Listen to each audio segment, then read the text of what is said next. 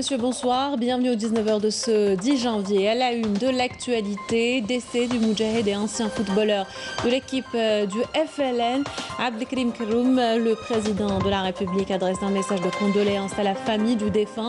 L'Algérie et la scène sportive perdent l'un de ses héros qui ont hissé haut le drapeau national, a écrit le président. Les détails dans quelques instants.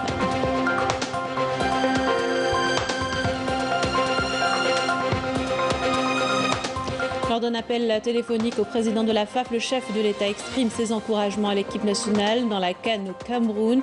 Retour également sur les principales déclarations du sélectionneur national Jamal Belmadi et le point à la veille du premier match des Verts dans la compétition. À l'étranger, près de 3 Espagnols sur 4 considèrent que le Sahara occidental doit être un territoire totalement libre et pensent que l'Espagne doit soutenir les Sahraouis dans leur lutte. Décryptage de ce sondage depuis l'Espagne par le professeur Carlos Miguel Ruiz. Les préparatifs de Yener se poursuivent. Le traditionnel dîner en famille réunit les Algériens, mais pas que. Cette fête puise ses racines dans l'amour de la terre partagé par tout le territoire national. Reportage dans notre édition. Bienvenue à tous, heureuse de vous retrouver. Tout d'abord, cette triste nouvelle, décès du Moudjahed et ancien footballeur Abdelkrim Keroum. Le président de la République, Abdelmajid Tebboune, a adressé un message de condoléances à la famille du défunt où il a écrit « Allah Tout-Puissant a voulu que le Moudjahed Abdelkrim Keroum, l'un des sportifs et membres emblématiques de l'équipe de football du Front de Libération Nationale, quitte ce monde. Avec sa disparition, l'Algérie et la scène sportive perdent l'un de ces héros qui ont hissé haut le drapeau national sous la bannière du Front de Libération Nationale et fait retentir fort la voix de la justesse de la cause nationale, présageant de l'approche de la victoire, de l'indépendance et du recouvrement de la souveraineté nationale, a-t-il poursuivi. En cette douloureuse épreuve, je tiens à vous adresser ainsi qu'à l'ensemble de la famille sportive mes sincères condoléances et mes profonds sentiments de compassion et de sympathie. Prions Allah Tout-Puissant d'entourer le défunt de sa sainte miséricorde et de l'accueillir dans son vaste paradis, à Allah nous appartenant, et à lui nous retournons, a conclu le président de la République dans son message de condoléances. Son bon dribble, sa finesse dans la touche de balle, mais surtout sa remarquable progression ont fait que les responsables du FLN le repèrent. Et lorsqu'ils font appel à lui, et pour l'Algérie, Abdelkrim Keroum n'a aucune hésitation. Ce Moudjahed et footballeur de la première heure a dignement représenté l'Algérie. Samira Hadjamal revient sur son parcours. L'un après les héros et joueurs historiques qui ont composé la glorieuse équipe de football du Front de Libération Nationale de révérence. Il y a 2 mois, lors de la célébration du 67e anniversaire du déclenchement de la Révolution, l'Algérie perd Mohamed Souken et 2 ans avant lui, la scène sportive faisait ses adieux à Saïd Ammar. Aujourd'hui, 10 ans du Moudjahed, l'indépendance.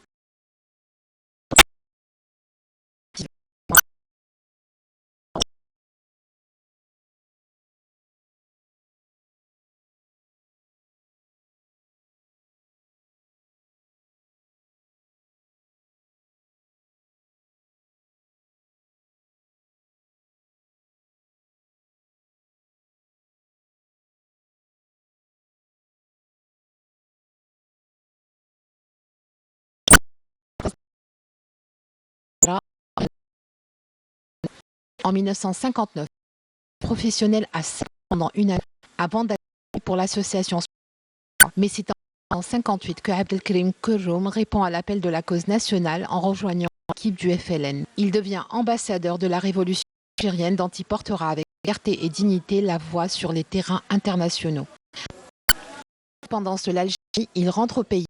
Naturellement qu'il rejoint le Mouloud Club Saïda qui portera notamment la médaille de 1965.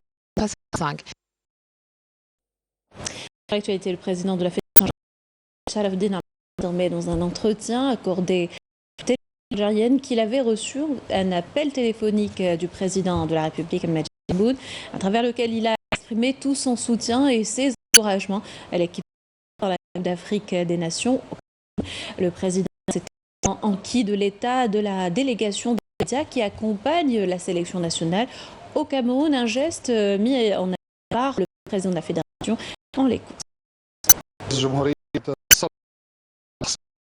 Le président de la République m'a appelé personnellement et m'a adressé un message d'encouragement et de soutien à l'équipe nationale ainsi qu'à tout le staff technique de l'État journaliste. Nous présentons nos sincères remerciements au président de la République pour son attention.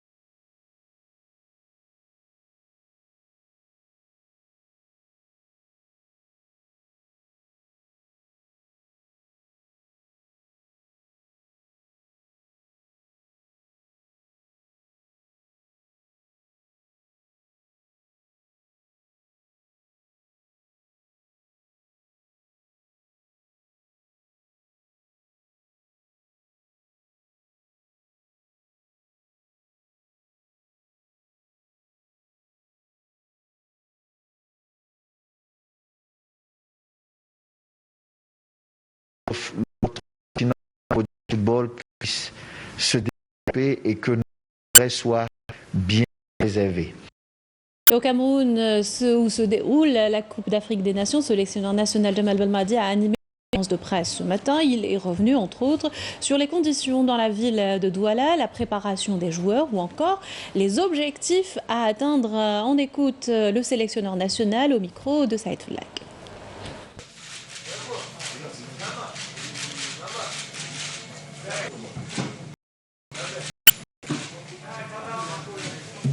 Salam alaikum, bonjour tout le monde. En toute chose, petite, pas information, mais déclaration concernant directement nos affaires. Je parle d'entre Algériens. Je voudrais souhaiter mes condoléances à notre cher ancien joueur du FLN, Abdelkarim Kerroum, qui vient de nous quitter. Allah yarahmou, alors à cette compétition. Évidemment, nous arrivons avec, en tant que détenteur de ce titre-là, dans une compétition majeure comme la Coupe d'Afrique des Nations, avec un niveau de compétitivité extrêmement fort, avec des équipes toutes capables, en tout cas une majeure partie de ces équipes toutes capables de remporter ce trophée. Nous allons rentrer dans cette bataille dès demain avec beaucoup d'ambition et avec l'ambition ultime et logique d'essayer de conserver notre titre. Les conditions de logement déjà l'hôtel tout à fait correct, vraiment tout à fait correct. C'est pas le grand luxe, mais on n'est pas venu en voyage touristique ici, donc c'est pas ce qu'on recherche. Alhamdoulilah, les joueurs se plaignent pas, ils arrivent à bien se reposer, bien dormir, voilà l'essentiel, c'est surtout ça qui nous intéresse. Donc il y a rien à redire, c'est tout à fait correct à ce niveau-là. Je suis agréablement surpris par les conditions climatiques. On s'attendait à plus de chaleur, plus d'humidité. Pour l'instant, on est très satisfait. Ça pourrait rester comme ça toute la période où on est à Douala. Pour ce qui est de l'horaire du match, c'est vrai que c'est une horaire qui est peu habituelle. On n'a pas l'habitude de jouer à part quelques fois en première ligue. Ils peuvent jouer à des horaires comme celle-ci, mais bon, le climat favorise aussi les choses. Là c'est vrai que 14h et puis jouer avec chaleur et une humidité, c'est vrai que on rentre tout de suite dans la difficulté. Donc pour l'instant, ça nous convient. On a joué, je crois, un match au Niger il n'y a pas si longtemps que ça, à 16h aussi. Là, pour le coup, il faisait très chaud. Très chaud. Donc on a cette expérience aussi. Donc voilà. Et puis le plus important, c'est pas de se plaindre. C'est vrai qu'il y a un constat des choses. Il faut jouer avec aussi. Il faut savoir y faire. Il faut savoir gérer tout ça. C'est un truc à prendre en considération. Au même titre que le Covid. Voilà une nouvelle donne à prendre là très largement en considération. On peut voir à quel point d'un match à un autre, on peut perdre des joueurs comme ça. Donc c'est tous nos calculs à nous les coachs, aux équipes qui sont remis en question. Donc il va falloir être très bon en capacité d'adaptation et ne pas se plaindre. Le plus important, c'est de trouver des solutions. Voilà l'objet de notre fonction aussi, à nous entraîneurs. La Fédération algérienne de football a fait savoir que l'équipe nationale algérienne dirigée par Jamal Belmadi a décroché le prix de meilleure équipe arabe des organisateurs du prix Mohamed Ben Rached Al Maktoum pour la créativité sportive. Discernation lors d'une cérémonie à Abu Dhabi aux Émirats arabes unis. Le ministre de la Justice, garde des Sceaux, a présenté ce matin devant les membres de l'Assemblée populaire nationale un exposé sur le projet de loi relatif à l'organisation judiciaire. Lors de cette séance plénière présidée par Brahim Bourali, président de l'APN, Abdelrachid Tabbi a insisté sur le caractère urgent que revêt ce texte de loi, vu que l'introduction de l'organisation des juridictions administratives sera suivie par la loi sur le découpage judiciaire qui définira le nombre des cours d'appel administratives. Celles-ci doivent être installées en début de l'année en cours. Poursuite de la visite du calife général de la Tariqa Tijaniya, le cheikh Belarabi poursuit sa visite au Nigeria où il a participé à l'université de Kano à la rencontre scientifique sur le rôle de la Tariqa dans le soutien de l'unité et la stabilité du continent. Rencontre en présence du souverain et émir de Kano, en plus d'étudiants et adeptes de la Tariqa, l'occasion d'aborder les questions concernant la naissance et l'origine de la Tariqa à Ain Madi en Algérie et son rôle dans la promotion du savoir et la langue arabe en Afrique. On écoute. بن عبد الكريم المغيلي رضي الله عنه وأرضاه فإنه لا شك بقي 20 عاما. Je rappelle qu'un homme venu d'Algérie à l'époque, à savoir Mohamed Ben Abdelkrim El-Maghili, s'était installé pendant 20 ans en Afrique où il a laissé une descendance. Il a ouvert des écoles et a construit des mosquées. Ainsi, son empreinte est encore visible partout où il s'est rendu en Afrique. Après le Cheikh El-Maghili, plusieurs personnalités se sont succédées sur cette terre jusqu'au jour où la lumière de la confrérie Tijaniya jaillit. Et ce, grâce à ces éminents hommes adeptes de la confrérie comme le Cheikh Moulay El-Hajj Omar El-Fouti. وخلف ذرية وفتح مدارس وبنى مساجد وآثاره ما زالت شاهدة وشاخصة. Économie avec la signature entre la Chambre nationale d'agriculture et le cluster algérien des fruits et légumes à l'export d'une convention pour promouvoir l'exportation des produits agricoles. Il est question d'assurer une contractualisation entre agriculteurs et exportateurs, de créer des coopératives agricoles et de lancer un laboratoire de certification des produits locaux. Le compte rendu de Amel Barba. Donner un coup de boost pour exporter les produits agricoles algériens, c'est l'un des objectifs de cette convention signée entre la Chambre nationale d'agriculture et le groupe algérien des fruits et légumes à l'export Caflex. On a prévu pour cela la création d'un laboratoire d'analyse, parce qu'on a vu qu'il y a beaucoup d'analyses faites à l'étranger et par défaut de laboratoire ici en Algérie. Le laboratoire, ça va être un outil pour aussi la certification, pour la labellisation de nos produits de terroir, l'accompagnement des agriculteurs en s'organisant en système coopératif. Il s'agit de lever les contraintes qui ont longtemps entravé les opérations d'exportation, notamment celles liées à la logistique. Actuellement, on parle de 380 millions de dollars en produits agroalimentaires et agricoles. Et si vous enlevez la partie agroalimentaire, il nous reste à peu près 80 millions de dollars, date incluse et tout ce qui s'ensuit. Si le transport est cher, on ne va pas aller bien loin. Voilà, ça c'est le premier point. Le deuxième point, c'est qu'on a besoin de containers reefer. Actuellement, les containers dits réfrigérés, c'est des containers qui peuvent transporter les produits alimentaires frais. Pour développer encore plus nos exportations, nous avons constaté deux types de problèmes. Un problème de logistique et la réglementation d'échange qui doit changer. Maillon fort de la chaîne des exportations, CNADMED et Air Algérie Cargo sont des partenaires incontournables des exportateurs. Les coûts logistiques en Algérie, par rapport au PIB, représentent un peu plus de 35%. Certains disent que c'est plus. Donc il faut vraiment faire attention à cela et revoir un peu toute notre approche en matière logistique pour essayer de ramener ces coûts à un coût raisonnable. Algérie-Mauritanie, actuellement, selon les orientations de M. le Président de la République, nous sommes en train de mettre en place l'organisation qu'il faut pour lancer véritablement la ligne sur la Mauritanie. On a des avions de capacité de 20 tonnes, et des avions de 16 tonnes, et des avions de 5 tonnes. Et il y a des vols réguliers, des vols charters à la demande. Parmi les recommandations de cette rencontre, la mise en place d'une logistique performante, une contractualisation entre producteurs et exportateurs, une certification des produits locaux, ainsi que l'instauration de mesures pour le rapatriement des revenus en devises des produits exportés.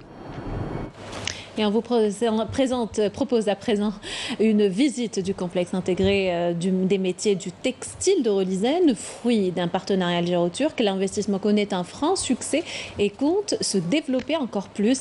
30 millions de pièces sont fabriquées dans cette usine chaque année, ce qui en fait la plus importante d'Afrique dans son genre. Reportage de Mariam Damis. Ce sont des articles que vous avez certainement croisés à maintes reprises, sans vous douter qu'ils proviennent de Sidi Khattab, et plus précisément de l'usine de textile de Relizane, considérée comme le plus grand du genre à l'échelle africaine, avec une capacité de production estimée à 30 millions d'articles de prêt-à-porter par an. Fruit d'un partenariat algéro-turc, cette usine a été réalisée grâce à un investissement d'1 milliard de dollars. On produit le fil, donc tous les types de fils. On couvre tout le marché algérien et on fait l'exportation et on est en train d'augmenter encore nos capacités d'exportation. Et concernant le tissu aussi, on couvre aussi le marché algérien et on est en train aussi d'exporter vers 14 pays dans le monde. Donc tous les types de tissus confondus. Concernant le prêt-à-porter, donc on fait le prêt-à-porter, on fait tout ce qui est lingerie fine, mais on fait aussi tout ce qui est jean, donc tout ce qui est pantalon, veste, donc tous les produits de jean. On fait aussi tout ce qui est tenue de travail. Nous avons une équipe très professionnelle. Nous travaillons avec nos frères et sœurs algériens. Nous essayons de transmettre notre expérience, notre expertise dans le domaine du textile. Notre expertise n'est plus à démontrer. Il faut savoir que nos produits sont demandés par les plus grandes marques internationales. Sweatshirt, chemise ou encore pantalon, tout est fabriqué à partir de cette boule de coton, le seul produit importé de l'étranger. On fabrique tout, on produit tout. La seule chose qu'on ramène, c'est la matière première qui est le coton, pour le moment. Parce que l'Algérie, avec le programme de Monsieur le Président, il y aura il y a un projet d'investissement qui sera fait par un investisseur local et qui va produire du coton à la wilaya de Darar. Donc à partir de là, on fera nos propres, c'est-à-dire même le coton, on pourra ne plus importer.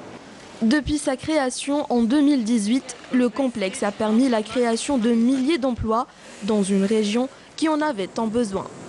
C'est un projet qui contient 2 phases. Aujourd'hui, on est à 3000. Donc une fois la phase 2 lancée, ça veut dire qu'on va ouvrir des unités qui sont construites. C'est juste qu'on fait marcher encore d'autres lignes de production. On arrivera, Inch'Allah, à 10 000 employés. Les 10 000 employés, on va se dire qu'il y a 95% d'Algériens. Ça veut dire que même le nombre d'expats n'est pas très élevé chez nous parce que la priorité est pour la main-d'œuvre algérienne. Le complexe de Rilizen aspire toutefois à arriver à 25 000 postes d'emploi une fois la 2e phase du projet lancée. Une usine qui a pu placer ses produits sur le marché international grâce à un savoir-faire qu'elle compte entretenir et développer davantage. Concernant la formation pratique, ça commence avec des exercices d'installation, concernant l'enfilage, comment changer la couleur de fil, comment changer l'aiguille. Après, piquage et découpage sur papier. Et la dernière phase, c'est couture sur tissu. Concernant nos formateurs et nos instructeurs pratiques, ils sont déjà formés par des Turcs. Ils ont fait une formation de 6 mois. Après, ils forment nos Algériens. Ce qui est aussi important dans ce complexe, il contient un très grand centre de formation, qui est un centre de formation dédié au textile, avec des salles de pratique, avec des professeurs qui sont, il y en a des Algériens, il y en a des Turcs et tout. Donc chaque employé, quand il rentre à notre industrie, il doit passer par centre de formation. Bientôt, ce sera agréé comme université de formation spécialisée dans le textile sur l'échelle nationale. Une formation qui permettra dans un avenir proche à l'usine de lancer sa propre marque. Ainsi, de fil en aiguille, l'unité de production aspire à devenir un véritable pôle industriel sur tout le continent. Le point quotidien sur la situation sanitaire, la tendance haussière se poursuit avec 482 nouveaux cas confirmés de coronavirus, 325 guérisons et malheureusement 10 décès à déplorer ces dernières 24 heures selon le ministère de la Santé. À l'étranger, ce sondage, près de 3 Espagnols sur 4 considèrent que le Sahara occidental doit être un territoire totalement libre et indépendant du Maroc, selon les chiffres publiés par un site spécialisé en Espagne et en Europe. Au total, 70,7% des participants, soit un échantillon de plus de 120 000 personnes de différentes obédiences politiques, le pensent. 54,4% d'entre elles estiment que l'Espagne doit soutenir les Sahraouis dans leur lutte et leur guerre contre l'occupant marocain, précise le site espagnol Electomania. Et pour en parler, nous avons avec nous depuis Madrid par Skype M. Carlos Ruiz Miguel. Vous êtes professeur en droit constitutionnel. Merci d'accepter notre invitation, professeur. Ce sondage vient-il confirmer une fois de plus l'élan de solidarité dont bénéficie la cause sahraoui au sein de la société civile espagnole ?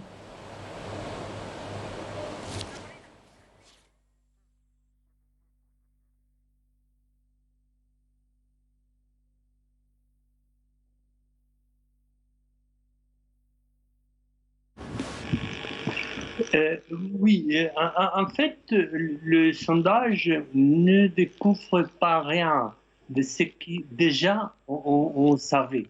Le soutien du peuple espagnol à la cause sahraoui est un soutien de longue date.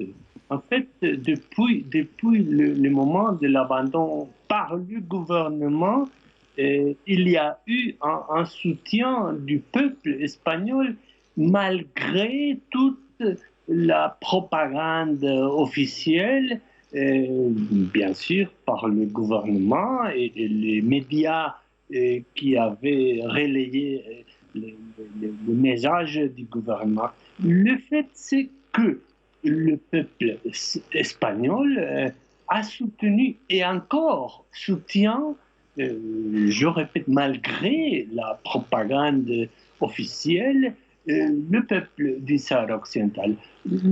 Ça, ce n'est pas une nouveauté, ça on connaît parfaitement. Le problème, ce qui pour moi est un motif de préoccupation et qui en quelque façon met en doute la qualité du système représentatif en Espagne. C'est pourquoi cette majorité de l'opinion publique n'a pas un reflet dans le Parlement. Ça, c'est la question. Ça, c'est le vrai problème qui se pose en Espagne. Et justement, dans quelle mesure cette pression exercée par l'opinion publique espagnole et qui ne date pas d'hier, comme vous venez de le souligner, comment peut-elle influencer la position officielle dans le traitement de la question sahraoui, professeur Miguel Ruiz?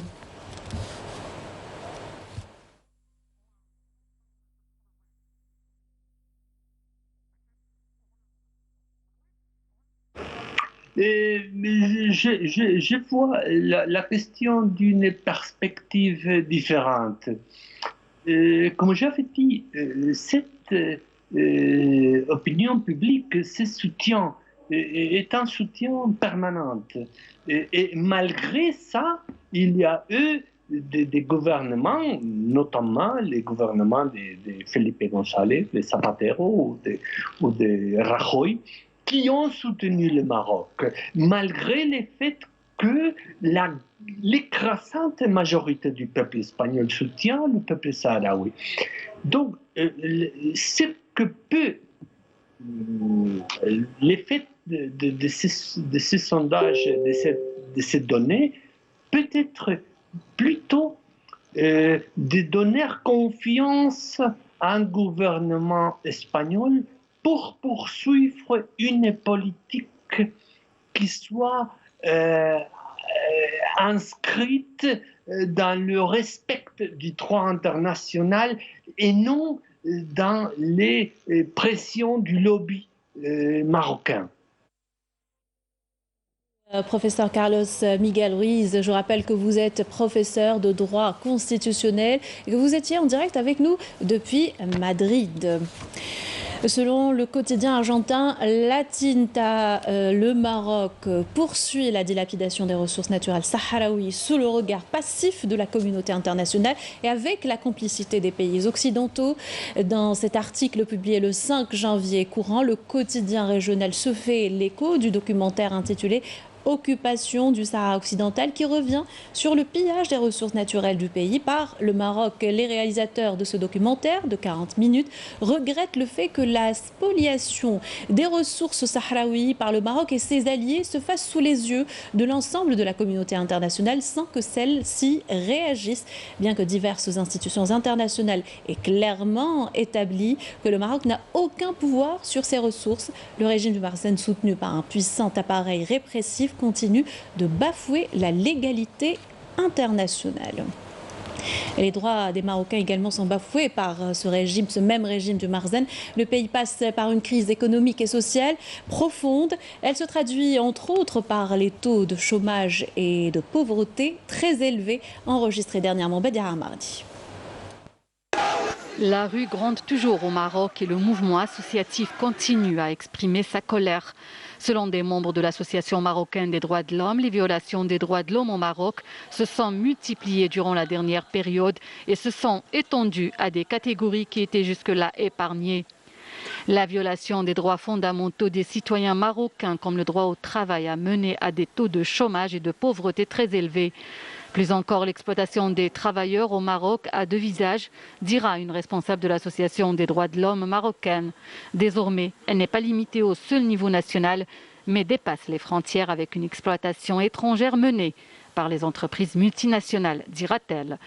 La liberté de la presse et d'expression sont également touchées par les violations, de même que le recul important par rapport aux acquis pour lesquels le mouvement des droits de l'homme s'est battu au Maroc, tels que le droit de protester et de manifester pacifiquement sous prétexte de l'urgence sanitaire. Même si le peuple marocain est devenu conscient de ses droits, il n'en demeure pas moins que l'institution judiciaire du Marzane, censée protéger le citoyen marocain, est devenue au service de l'État et au service des violations des droits de l'homme et des libertés.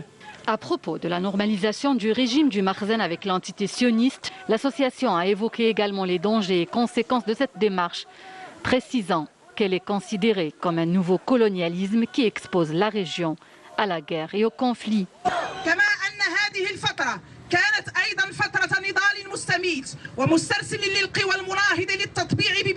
Toujours concernant la situation des droits de l'homme au Maroc, l'Association nationale des diplômés chômeurs a condamné la répression qu'ont subi ses membres de la part des services de sécurité lors des différents sit-ins, soulignant que les autorités portent l'entière responsabilité dans ce qui est arrivé, étant donné qu'elles sont le premier responsable du retard accusé dans la satisfaction des revendications soulevées. Dans un communiqué rendu public, l'association a regretté qu'encore une fois, les autorités ont recouru à la violence et à la répression, le seul langage qu'elles maîtrisent décidément pour faire face aux revendications légitimes des diplômés chômeurs, faisant remarquer que le sit-in organisé la fin de la semaine écoulée a été le plus réprimé. Jeux méditerranéens d'Oran, l'importance de la couverture médiatique, notamment celle des médias publics pour accompagner l'événement mis en avant hier par le commissaire des Jeux, Mohamed Aziz Delouez. Il s'exprimait hier à Oran à l'occasion du lancement du réseau de programmes de la radio nationale pour les Jeux méditerranéens. Je vous invite à l'écouter.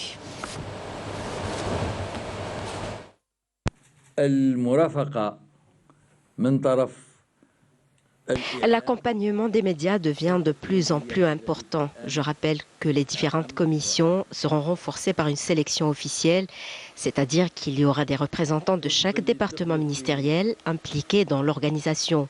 Je rappelle en outre que prochainement, on trouvera une solution finale au marché concernant l'équipement des structures sportives.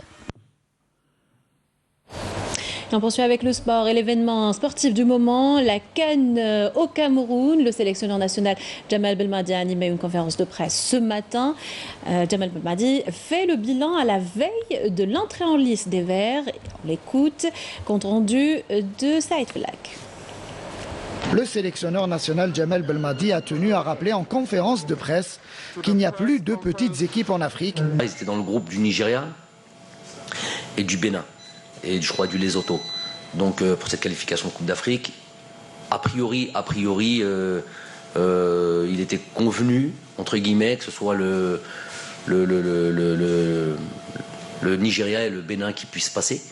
Donc ils ont réussi à passer devant le Bénin. Ils ont notamment un match référence au Nigeria où ils ont fait 4-4. Un match à domicile où ils ont fait 0-0. Donc ça laisse quand même, ça montre très sur lesquels il faut faire très attention. Programmé à 14h, le coup d'envoi de ce premier match des Verts se jouera dans des conditions climatiques assez difficiles. Pour autant, cela n'effraie pas Djamel Belmadi. Notamment via là c'est vrai que 14h et puis jouer avec chaleur et une humidité, c'est vrai que c'est on rentre tout de suite dans la difficulté. Donc pour l'instant, ça nous convient. On a joué, je crois, un match au Niger il n'y a pas si longtemps que ça, à 16h aussi. Là, pour le coup, il faisait très chaud. Très chaud. Donc on a cette expérience aussi. Donc voilà. Et puis le plus important, c'est pas de se plaindre. C'est vrai qu'il y a un constat des choses. Il faut jouer avec aussi. Il faut savoir y faire. Il faut savoir gérer tout ça. C'est un truc à prendre en considération. Riyad Mahrez estime pour sa part que cette CAN sera plus dure que la précédente et met déjà en garde ses coéquipiers. Même si on est tenant du titre, ça ne veut pas dire qu'on sera les favoris ou qu'on va la gagner encore une fois. Ce sera encore plus dur que la dernière CAN. Je pense que le niveau aussi il est plus élevé, les équipes sont meilleures. Mais voilà, comme a dit Djamel, on arrive avec beaucoup d'envie et d'ambition. John Keister, le sélectionneur de la Sierra Leone, croit en les chances de son équipe à mettre en difficulté la sélection algérienne. C'est notre première CAN après 25 ans d'absence. Nous allons faire en sorte de représenter dignement les couleurs de notre pays. Nous sommes prêts à prouver au monde que nous sommes revenus avec des joueurs talentueux. L'Algérie est l'une des meilleures équipes en Afrique, mais le football n'est pas une science exacte. Nous sommes ici pour inverser la tendance. On fera tout pour le faire. Pour ce match, Belmadi fera sans Ben Nasser suspendu, Ounès et Zerouri blessés, mais pourra compter sur Tahrat qui a réintégré le groupe ce lundi. Les Verts ont effectué cet après-midi leur dernière séance d'entraînement avant leur rentrée en lice à la CAN demain face à la Sierra Leone au stade de Djapoma à Douala. Cette séance s'est déroulée en l'absence des deux milieux de terrain Ramiz Zerouki et Adam Ounes, soumis à des soins. Les détails avec Saïd Flak, notre envoyé spécial sur place. Deuxième séance d'entraînement depuis leur arrivée à Douala, au niveau de la pelouse du terrain annexe du complexe sportif de Djapoma. Une séance technico-tactique assez légère et en présence de supporters algériens à la veille de ce premier match face à la Sierra Leone. Après les habituels exercices d'échauffement, Djamel Belmadi a pris les choses en main pour une longue séquence de mise en place tactique. Le coach national a multiplié les conseils et les arrêts de jeu pour expliquer ce qu'il voulait de ses joueurs, notamment les bonnes connexions, la rapidité d'exécution et le pressing constant et collectif sur le porteur du ballon. Ultime séance d'entraînement donc ici au stade annexe de Djapoma avant l'entrée en lice des Verts ce mardi après-midi face au Sierra Leone pour le compte de la première journée donc de cette phase des poules de la CAN. Cette séance d'entraînement a vu les absences de Ramiz Zerouki et Adam Ounes blessés et qui sont d'ores et déjà forfaits pour cette rencontre. Côté retour, on note le retour de Rami Ben Sebaini qui était absent hier puisqu'il était malade. Il est bien présent aujourd'hui à cette séance d'entraînement au même titre que Mehdi Taharat qui a rejoint le groupe ce lundi donc en provenance de Doha et qui est désormais apte à jouer. Est-ce qu'il sera retenu dans la liste de Djamel Belmadi demain? On n'en saura pas davantage. On attendra évidemment ce mardi à quelques heures de cette partie face au Sierra Leone. En tout cas, la séance se déroule dans un climat bon enfant et on espère évidemment une victoire des Verts pour leur entrée en lice dans cette CAN. Du stade annexe de Djapoma, Saïd Flak pour Canal Algérie. Voilà donc comme vient de le dire Saïd Flak, un match prévu à 14h et comptant pour la première journée du coup. Dans la CAN 2021 au Cameroun. Et ce premier match des Verts coïncide avec la soirée des festivités de Inaël. Les festivités officielles de Inaël ont été lancées hier à Tamanrasset par le secrétaire général du Haut Commissariat à la Misérité. Hajmi Assad a mis en avant le caractère unificateur de l'événement. Plusieurs manifestations ont été organisées à l'occasion. Compte rendu de Camille Millel. Troupes folkloriques venues des quatre coins du pays célébrer le Nouvel An Amazir à Tamanrasset. Des festivités officielles lancées depuis cette ville de l'Arkar avec un riche programme reflétant le patrimoine authentique de la région et sa dimension nationale.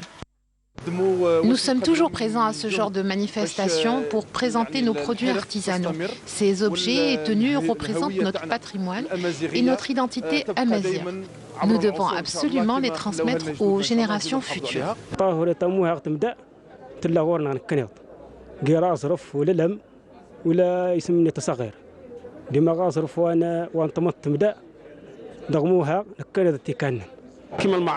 C'est une aubaine pour nous les artisans. Cette manifestation nous permet d'exposer nos produits aux visiteurs.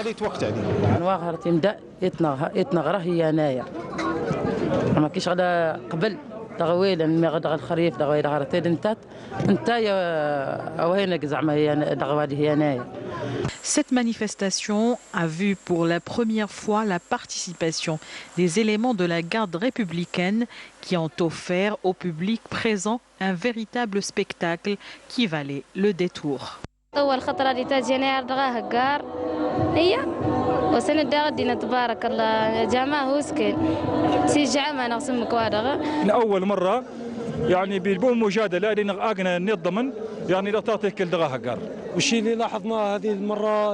Nous avons constaté cette année une bonne organisation. Nous avons apprécié la parade des éléments de la garde républicaine et les us et coutumes de cette région.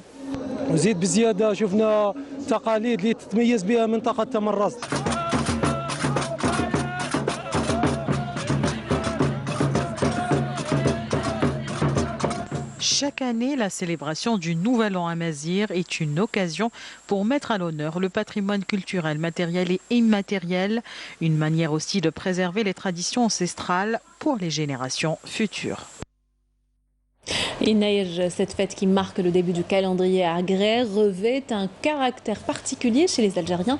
Au-delà de la coutume et la tradition, cette fête puise son importance dans l'histoire et le destin commun de la patrie. Ismaël Belkaïdi.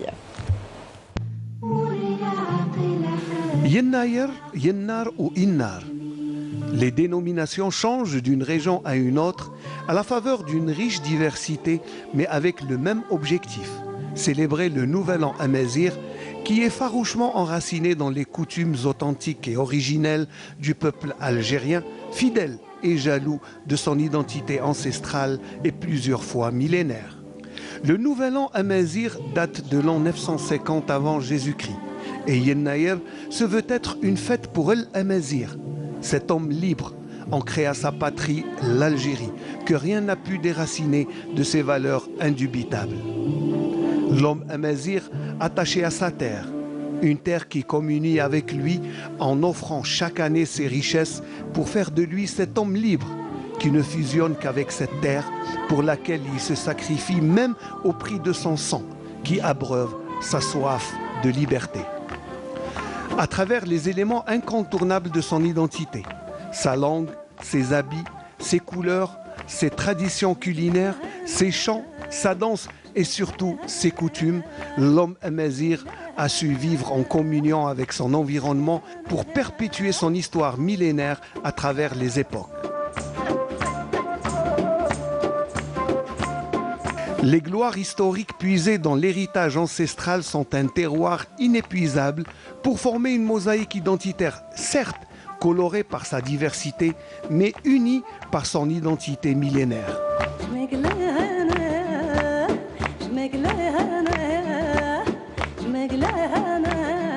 Yennayer se veut être la continuité de traditions perpétuées à la veille de chaque année agricole pour présager d'une année fertile et copieuse, mais surtout sereine et paisible sous les meilleurs auspices possibles.